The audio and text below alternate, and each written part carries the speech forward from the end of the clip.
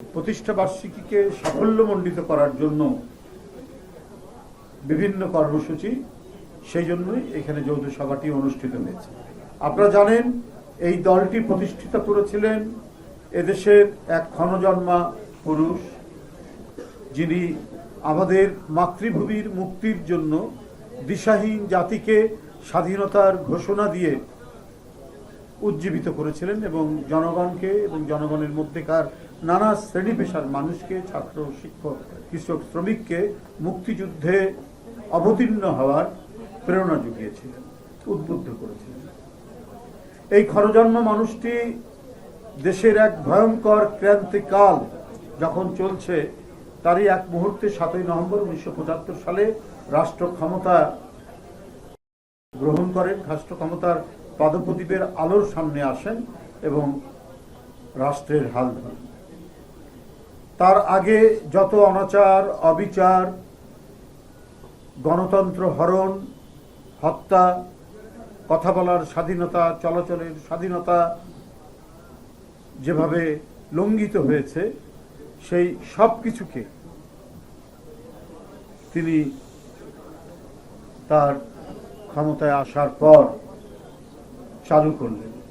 বহুদলীয় গণতন্ত্র চালু হলো, অনেক সংবাদপত্র, ভিন্ন মতাবলম্বী সংবাদপত্র প্রকাশিত হতে লাগলো, রাজনৈতিক দল করার অধিকার নিশ্চিত হলো, মানুষ এক ভয়ঙ্কর দুর্বিপাকের রুদ্ধশ্বাস অবস্থা থেকে মুক্তি লাভ করল। তিনি এদেশের এক ক্ষণজন্মা রাষ্ট্রনায়ক, রাষ্ট্রপতি, সাবেক রাষ্ট্রপতি জিয়াউর রহমান। বন্ধুরা আমার, তিনি এদেশের 3টি প্রত্যয়কে সামনে নিয়ে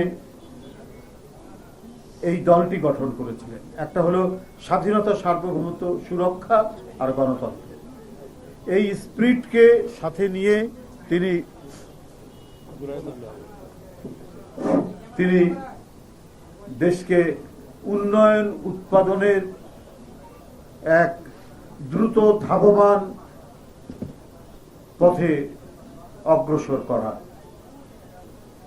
আমরা একটি জাতি স্বাধীনতার পর বিদেশিরা নাম দিয়েছিল তলাবিহীন ঝুড়ি, সেই জাতিকে খাদ্যে স্বয়ংসম্পূর্ণ করেছে, সেই জাতিকে নিরক্ষর মানুষকে অক্ষর দান করেছে। খাল কেটে তিনি পানি সংরক্ষণের ব্যবস্থা করে একদিকে মানুষের পুষ্টি সাধন করা মৎস্য চাষের মধ্যে দিয়ে, আবার অন্যদিকে ফসল উৎপাদন দ্বিগুণ তিনগুণ করেছিলেন। তিনি হলেন শহীদ রাষ্ট্রপতি জিয়াউর রহমান। যখন অর্থনৈতিক অবস্থা খুবই দুর্বল, সেই মুহূর্তে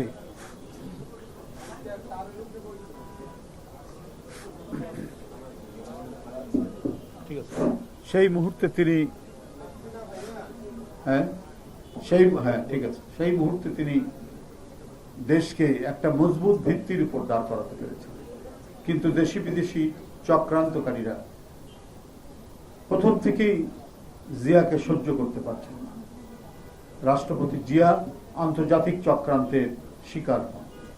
তাদের এদেশীয় অনুচররা জিয়াকে পৃথিবী থেকে সরিয়ে দেওয়ার নানা আয়োজন করে এবং 1981 সালের 30শে মে চট্টগ্রাম সার্কিট হাউসে নির্মমভাবে হত্যা করে।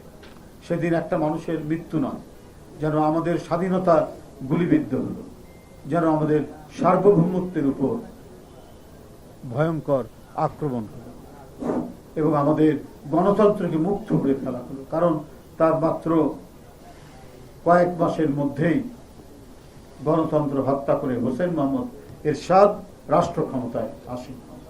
বন্ধুরা আমার, এই পরিস্থিতির মধ্যে আবারও গণতন্ত্রকে পুনঃপ্রতিষ্ঠা করার জন্য তার সহধর্মিণী এক অসাধারণ সাহসী মহিষী নারী বেগম খালেদা জিয়া বিএনপির হাল ধরলেন। বিএনপিকে আন্দোলন সংগ্রামের মধ্যে দিয়ে পরিচালিত করলেন। বিএনপি আগুনে পুড়ে পুড়ে একটি খাঁটি সোনায় পরিণত করেছিলেন বেগম খালেদা জিয়া। নিজে নির্যাতিত হয়েছেন, নিজে নিপীড়িত হয়েছেন, তার উপর দেওয়া হয়েছে অসংখ্য মিথ্যা মামলা। এরশাদের আমল থেকে হাসিনার 17 বছরের দুর্বিষহ ফ্যাসিস্ট শাসনে তাকে পৃথিবী থেকে সরিয়ে দেওয়ার নানা চক্রান্ত হয়েছে। শহীদ রাষ্ট্রপতি জিয়াউর রহমান এবং বেগম খালেদা জিয়াকেও চক্রান্ত করে তাকে হত্যা করা হয়েছে, তিনিও শহীদ। এ জাতির জন্য, এদেশের মানুষের জন্য, গণতন্ত্রের জন্য, কথা বলার জন্য এবং বাক স্বাধীনতার জন্য যে দুই ব্যক্তি নিরলস সংগ্রাম করেছেন, প্রচেষ্টা চালিয়েছেন, আপসহীন সংগ্রাম করেছেন, সে দুইজনকে পৃথিবী থেকে সরিয়ে দেওয়ার সকল প্রচেষ্টা নেওয়া হয়েছে। বন্ধুরা আমার, এই নেতৃত্বের, এই সুমহান দুই নেতৃত্বের ছোঁয়ায় বাংলাদেশ জাতীয়তাবাদী দল গড়ে উঠেছে। আজকে প্রান্তর থেকে প্রান্তরে, জনপদের পর জনপদ বিএনপির একটি শক্তিশালী ঘাঁটি রয়েছে। সারা বাংলাদেশ বিএনপি একটি শক্তিশালী সংগঠনে পরিণত হয়েছে। বিএনপির নেতৃত্ব একটু আজানের জন্য 2 মিনিট একটু অপেক্ষা। বন্ধুরা, আমি যেটি বলছিলাম যে বিএনপি এই দুই মহান নেতৃত্বের স্পর্শে আজকে একটি ব্যাপক গণভিত্তিক রাজনৈতিক দলে পরিণত হয়েছে। এর কারণটা হচ্ছে, একটি রাজনৈতিক দল টিকে থাকার মূল জায়গাটি হচ্ছে যে এই দলটি জনগণের সাথে তার আচরণ, জনগণের সাথে আচরণে বিএনপি সবসময় সততার পরিচয় দিয়েছে, অঙ্গীকার রক্ষার পরিচয় দিয়েছে। জনগণের সাথে তার প্রদত্ত অঙ্গীকার নিয়ে কখনো প্রতারণা করেনি। এটাই হচ্ছে বিএনপির সবচেয়ে বড় কৃতিত্ব। এবং এই জন্যই ভয়ঙ্কর নিপীড়ন, নির্যাতন, ফ্যাসিবাদী অত্যাচারের মুখেও বিএনপির একটা ন্যূনতম তারা ক্ষতি করতে পারেনি, বিএনপিকে পর্যুদস্ত করতে পারেনি, বিএনপিকে কোনোভাবেই আত্মসমর্পণ করতে পারেনি তারা। কারণ যে নেতৃত্বে যারা ছিলেন, দেশনেত্রী বেগম খালেদা জিয়া, এই নেতৃত্বে থাকা মানুষ এবং আজকের যিনি প্রধানমন্ত্রী জনাব তারেক রহমান, এদেরকে অন্যায়ের কাছে মাথা ঝুঁকাতে পারেনি। আর এই গৌরবটাই অর্জন করেছে বিএনপি বলেই আজকে একটি জনপ্রিয় রাজনৈতিক দলে পরিণত হয়েছে। কি অভ্যন্তরীণ নীতিতে বলুন, কি পররাষ্ট্র নীতিতে বলুন, প্রত্যেকটি ক্ষেত্রেই বিএনপি এক অসাধারণ জাতীয়তাবাদী দেশপ্রেমিকের ভূমিকা পালন করেছে। আমরা নিজের সার্বভৌমত্বকে শক্তিশালী করা, নিজের স্বাধীনতাকে সুরক্ষা দেওয়া, এই নীতিতে বিশ্বাসী। আমরা অন্য কোনো দেশ প্রধানত হোক, অন্য কোনো দেশের স্বাধীনতাকেও আমরা সম্মান করি, শ্রদ্ধা করি, তেমনি আমরা চাই আমাদের স্বাধীনতা, সার্বভৌমত্বকেও অন্য দেশ সম্মান দিক, রেসপেক্ট দিক। আর এই যে বিএনপির নীতি, এই নীতির কারণে বিএনপি আজ সর্বমহলে সমর্থিত।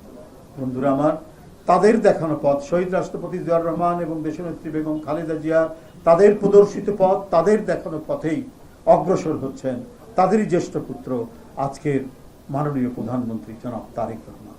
নির্বাচনের আগের তার যে অঙ্গীকার, তার প্রদত্ত ওয়াদা, তিনি এখন বাস্তবায়ন করছেন নানাভাবে। তা এই সরকারের নানা কর্মসূচির মধ্যে দিয়ে যেসব কথাগুলো বলেছেন, সে রিনিউয়েবল যে জ্বালানি হতে পারে, আপনার ক্লাইমেট চেঞ্জের মোকাবেলা করার ক্ষেত্র হতে পারে, 25 কোটি বৃক্ষরোপণের বিষয় হতে পারে, খাল কাটার যে কর্মসূচি নিয়েছেন, সেটি প্রত্যেকটি ক্ষেত্রেই তিনি ক্ষমতায় আসীন হওয়ার পর থেকেই কর্মসূচি বাস্তবায়ন করছেন। কোথাও কোনো ধরনের ত্রুটি তিনি করেননি। সারা দেশব্যাপী এক কর্মযজ্ঞ যেটি শুরু হয়েছে, সেই কর্মযজ্ঞকে যে যেভাবেই করুক না কেন, উপহাস করুক না কেন, যে যেভাবেই কথা বলুক না কেন, সমালোচনা করুক না কেন, আমাদের প্রধানমন্ত্রীর কাজের যে সততা, সেই সততা তিনি প্রতিষ্ঠিত করেছেন, দেখিয়েছেন এবং লোকের মনের মধ্যে সেটা প্রতীত হয়েছে। মনের মধ্যে সেটা বাসা বেঁধেছে বলেই আজকে ব্যক্তিগতভাবেও তিনি অত্যন্ত জনপ্রিয়। দল হিসাবে বিএনপি যেমন জনপ্রিয়, এটা আমার কথা নয়, এটা জরিপের মধ্যে এটি এসেছে, প্রতিষ্ঠান জরিপ করেছে, এবং ব্যক্তিগতভাবে প্রধানমন্ত্রী অনেক দূরে গিয়ে এসেছে। এগুলোই হচ্ছে বিএনপির গৌরব।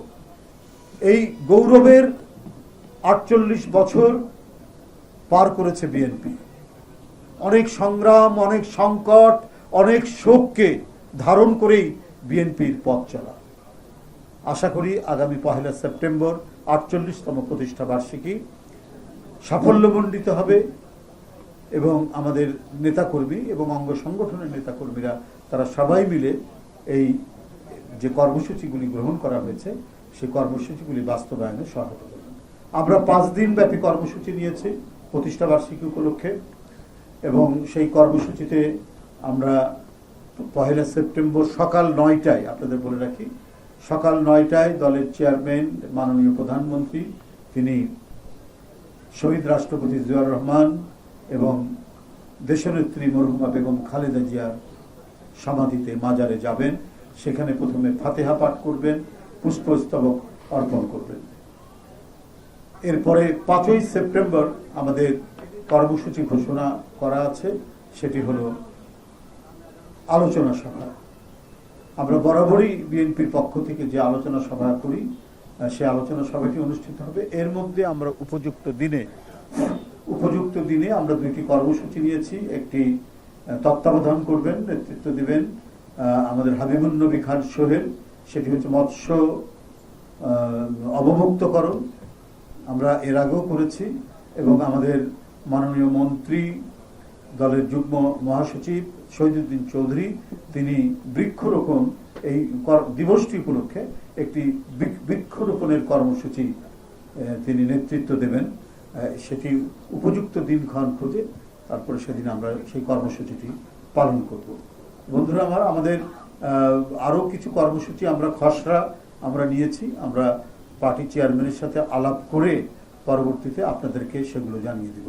আপনারা অনেক কষ্ট করে অনেকক্ষণ ধরে আমাদের আজকের যে কর্মসূচি সকাল থেকে সেগুলো ধারণ করেছেন, লিপিবদ্ধ করেছেন, ক্যামেরায় সেটি ধারণ করেছেন, অনেক কষ্ট করেছেন। সবাইকে আমি আন্তরিক প্রীতি এবং শুভেচ্ছা জানাচ্ছি, এবং পাশাপাশি আপনাদের প্রতি কৃতজ্ঞতা জানিয়ে আমি আমার বক্তব্য শেষ করছি। ধন্যবাদ, আপনাদের সকলকে ধন্যবাদ।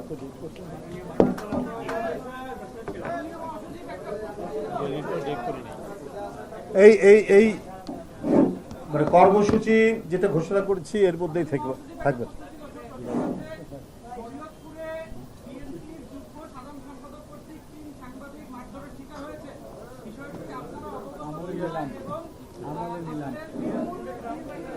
আমরা আপনি যেটা প্রশ্ন, জি আপনি প্রশ্ন করেছেন, এটাকে আমরা আমলে নিলাম। যদি এই ধরনের কোনো ঘটনা হয়ে থাকে তদন্ত করে যদি আমরা জানি সত্য ঘটনা হয়, এই অভিযোগ যদি সত্য প্রমাণিত হয়, তার বিরুদ্ধে সাংগঠনিক ব্যবস্থা নেওয়া হবে।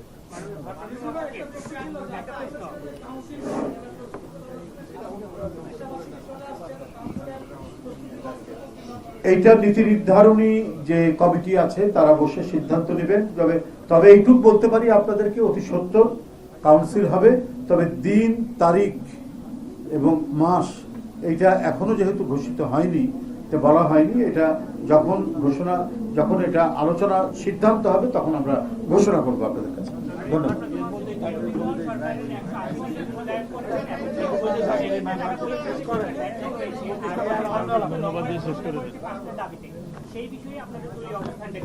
কি বুঝলাম না আমি?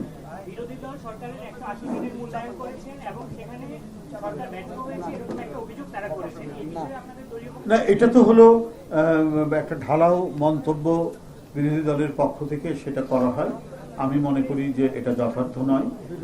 বিরোধী দল বিরোধিতার জন্য সমালোচনা করেন, কিন্তু বিভিন্ন অর্থনৈতিক প্রতিষ্ঠান আছে, বিভিন্ন যারা ডাটা প্রসেস করেন এবং কি বলে সরকারের বিভিন্ন কর্মকাণ্ডের খোঁজ খবর রাখেন, এই ধরনের প্রতিষ্ঠানগুলো তারা গবেষণা করেছে। বিএনপির কোন কোন সেক্টরে তাদের সাফল্য আছে সেগুলো সবকিছু তারা জানিয়েছেন, এবং সেটা অত্যন্ত অবজেক্টিভ এবং বিজ্ঞানসম্মত, এবং সেটি যথার্থ ডাটার উপর অ্যানালাইসিস করে তারা করেছেন। সুতরাং এই ব্যাপারে ঢালাও কোনো মন্তব্যের আমি কোনো করব না, কি বলে যে আমি এর কোনো উত্তর দিব না। তবে এইটুকু আপনাদের বলতে পারি, যা যথার্থ, যতটুকু আমরা অগ্রসর হয়েছি সেটুকু আপনাদের সামনে জানানো হয়েছে, প্রেস কনফারেন্স করে আপনাদেরকে জানানো হয়েছে মাননীয় প্রধানমন্ত্রীর কার্যালয় থেকে, এবং কতটুকু আমাদের অগ্রগতি হয়েছে, কতটুকু আমরা গেছি, সবগুলোই আমরা মানে পরিসংখ্যান দিয়ে কোয়ালিফাই করার চেষ্টা করেছি। ধন্যবাদ।